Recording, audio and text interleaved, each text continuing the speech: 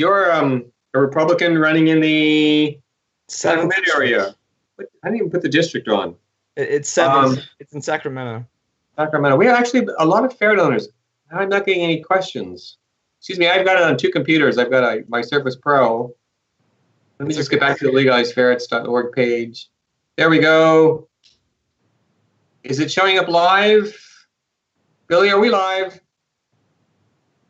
He tuned himself out. No one's supposed to know he's there. There you are. We're live. Sorry. We're not quite that professional. That's okay. All right. Anyway, welcome. We always wanted, we've been working on this for so long, and technology has kind of been our friend because a lot of politicians won't want to help us, and the internet makes it a lot easier because, if we've rented a hotel room, a conference room or something, and only people in the local area can do this, but this will be seen. Actually, look at the stats, mostly California, mostly women, 25 to 34. But we'll probably get 1,000 or 2,000 views, which isn't bad. So it's a way for us to meet you and you to meet us, and hopefully you won't think that we're the crazy ferret people, which is kind of the reputation we've earned over 30 years. So tell us what made you decide to run for office in Sacramento, which is where all the power is. So last minute I ran as a write-in. I was tired of how things are going, and nothing's really getting better. I mean, housing's out of control. People are becoming homeless every day now. People are leaving the state in droves, and I just want to be able to return representation to the people. That's the reason I started the run last minute. Last minute, yeah. So it was a write-in vote, which California's top two system is kind of crazy and kind of ridiculous. But you made it, so congratulations. So what kind of reception have you had? So because I did run last minute. I have no name recognition at this point. But I'm trying to get myself out there. I'm not a typical Republican. I'd actually consider myself more of a moderate. And I'm trying to change the whole, I guess my party as a whole, because in California, we're dying here. The Republicans are, that is. So I'm trying to return a different type of Republican to the Northern California area. I consider myself a progressive Republican. What is a progressive Republican? It's kind of like Theodore Roosevelt and kind of his That's type. before my time. Sorry.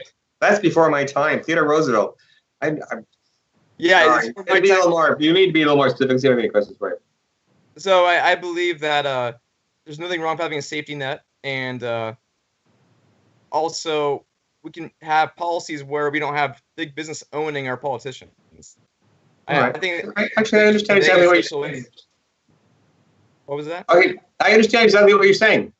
Okay. California is so big and it's so ungovernable and it's so controlled by special interests. Correct. Well, let's get to the important stuff. What do you know about ferrets? So the first time I ever met a ferret was when I was, I believe, 7 years old. My cousin actually owned a ferret in Orange County. An illegal ferret. So you have a criminal background. So far, so good. Well, I didn't own the ferret. My relative did, but work with me.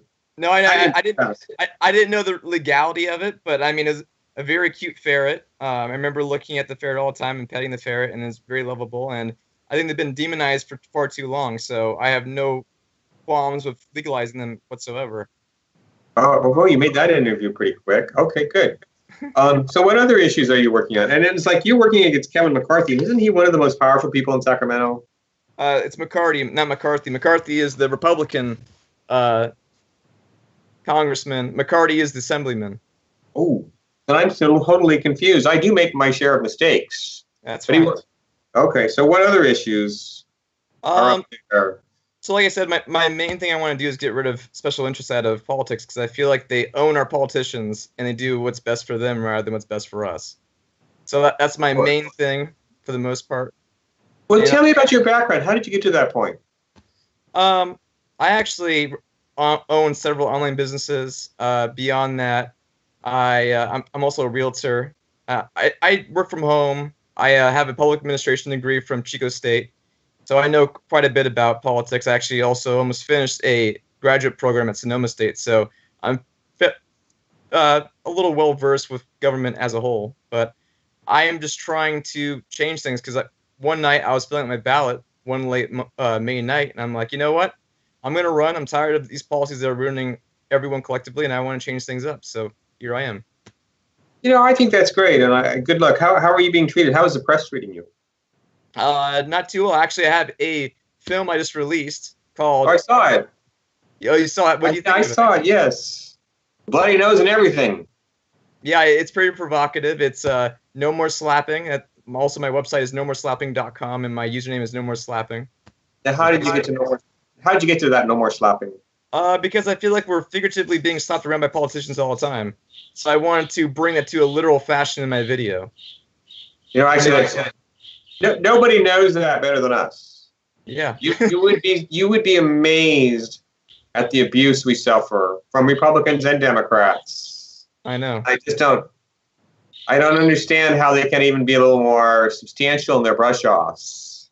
We have about 10,000 supporters in California. Good. So you would think is like, let's give these people 5 minutes of our time and look at their issue. So they don't care unless you have money. That's what it comes down to. Really. Yeah. All I care is they give you so much money, and then if you don't see them or talk to them or do something for them, they will give you less later. That's how it works. Is pay for play. So I want to change that. That's true. Pay for play. You would think we were better than that. That's why I kind of admire your candidacy. It's good to see you run and younger people run. Less people so far entrenched in the establishment. So, yeah, if you don't win, you got to add your voice. Exactly, and I hope that they do run my media. But right now, I'm kind of a nobody. Obviously, I mean, I have my own beliefs and policies, and I want to be able to tell people what I believe. But if you don't have money or name recognition, they won't pick you up. So hopefully, that's very true. There are a few surprises. Let's see if there are any questions. I just have people who are joining. Do you have ferrets? I don't think you had a ferret in Orange. Your cousin had a ferret in Orange County. That's from I don't William. No. Well, we like you anyways. You have a bird? You have a bird and a dog?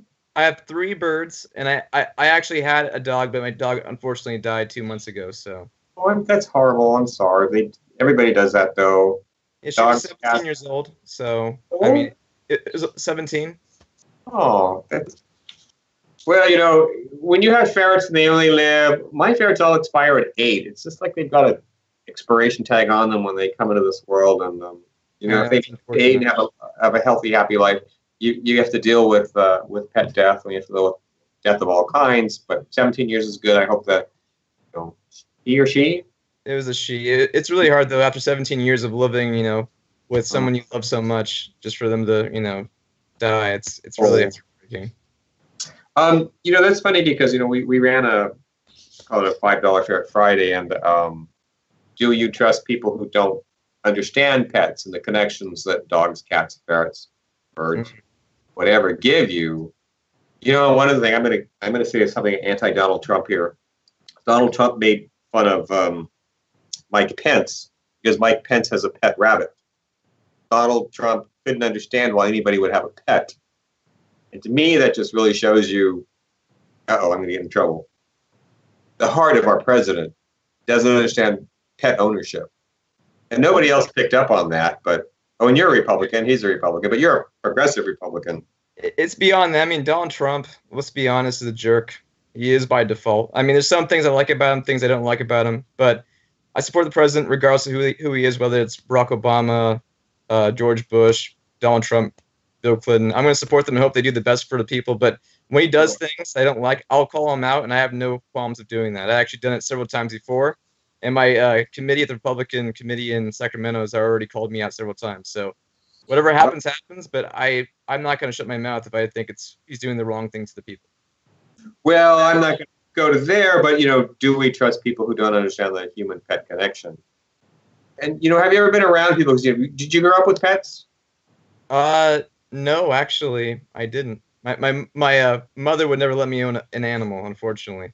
Oh my God, that's terrible. Yeah, well, my mom, who is in a memory unit and drives me crazy. Usually, I'm drinking alcohol at this hour, but I'm drinking tea because of her. But she always had pets, and that's one of the things I always loved about her. It was like the pet connection. I remember when her dog died, she just cried in that morning. Never get another dog, and by noon she was at the Humane Society adopting another dog.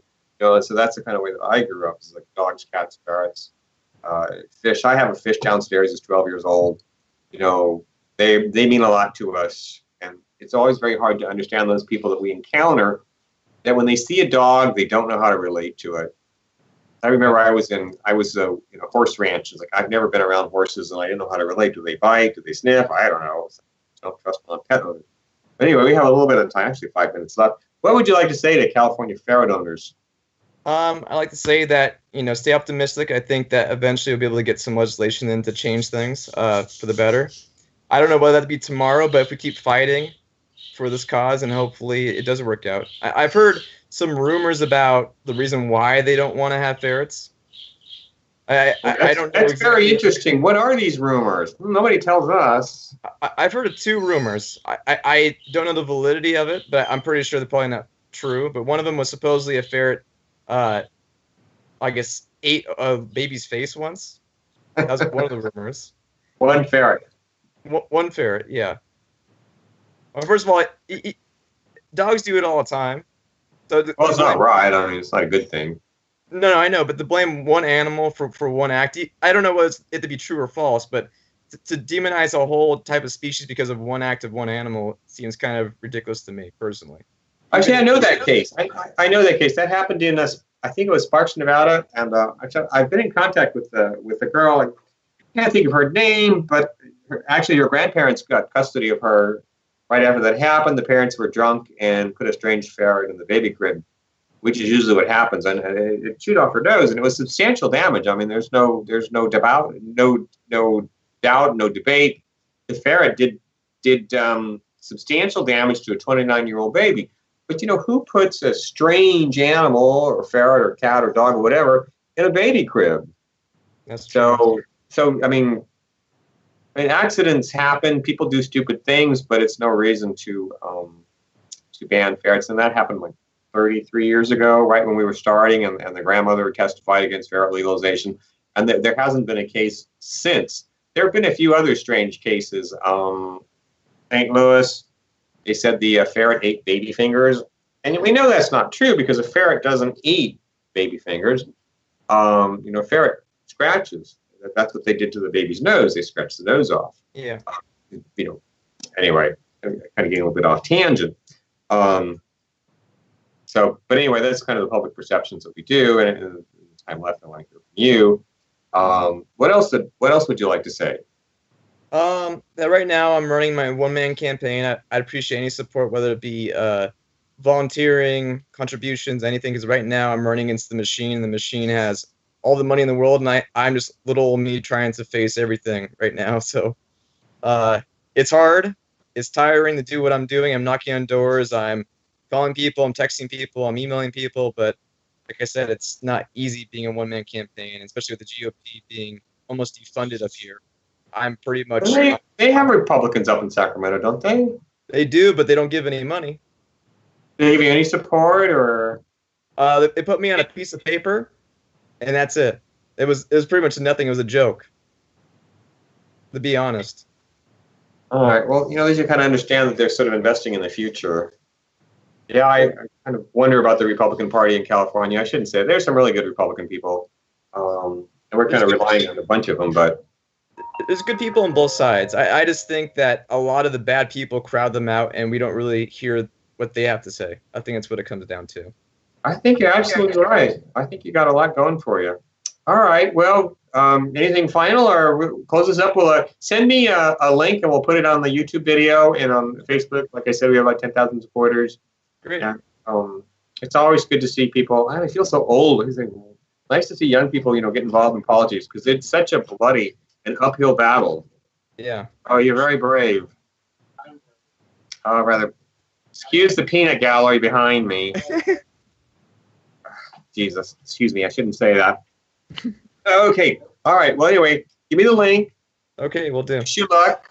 Thank you for spending the time with us. And let's see if any other questions. Christopher Williams, do you believe ferrets should be legal in all 50 states? I think you answered that. Why not? Why not? Any other questions? Was that it? Laura Carroll says hello, and I think we're good. This will be up on YouTube and Facebook, and thank you for spending the time. Well, Truly. thank you.